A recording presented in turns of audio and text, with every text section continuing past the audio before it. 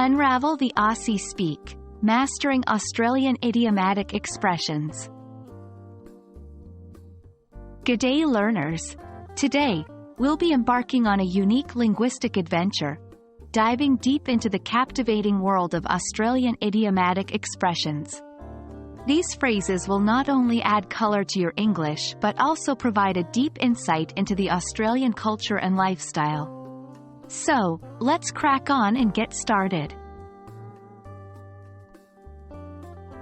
Australian idiomatic expressions, often called Aussieisms, are phrases or expressions unique to Australian English. They often have meanings that aren't immediately apparent from the individual words. For example, to have a captain cook doesn't mean cooking like a captain. In Aussie speak, it means to have a look. Let's dive into some of the most popular Australian idiomatic expressions. 1. Fair dinkum. This means genuine or real. If an Australian says, "He's a fair dinkum bloke," they mean, he's a genuine guy. 2. She'll be apples. This expression means, everything will be okay. If someone tells you, "Don't worry, mate, she'll be apples," they're assuring you that everything will turn out fine.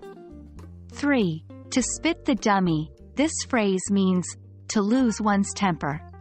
For example, he spat the dummy when his team lost the game, means, he lost his temper when his team lost the game.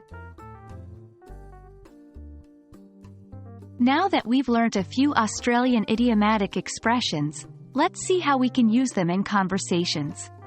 Imagine you're talking about a new Australian friend with another friend. You might say, "He's a fair dinkum bloke, mate. Always ready to lend a hand." Or if you see someone getting upset over something trivial, you can say, "Why are you spitting the dummy? She'll be apples, mate."